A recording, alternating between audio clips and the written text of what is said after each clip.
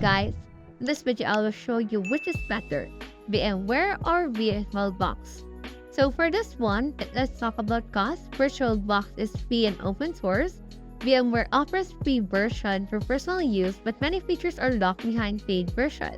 For the performance, VMware Drive provides better performance, especially in enterprise environments.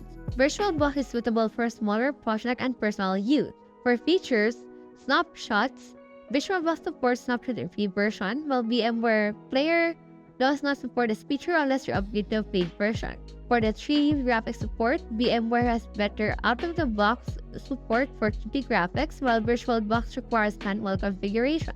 For the user interface, the VirtualBox is known for its user-friendly interface, while VMware is actually powerful, but the interface can be more complex. For the guest operating system, both platforms support a wide range of guest operating systems, but VMware has more robust performance for support for enterprise-level features.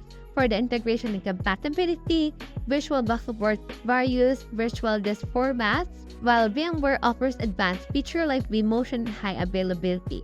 So in short, if you want to use an actual VirtualBox, you can use the VirtualBox for personal use, and if you're actually having a bigger project, you can use VMware. So that now you know which is better for the both of them. I hope you learned a lot.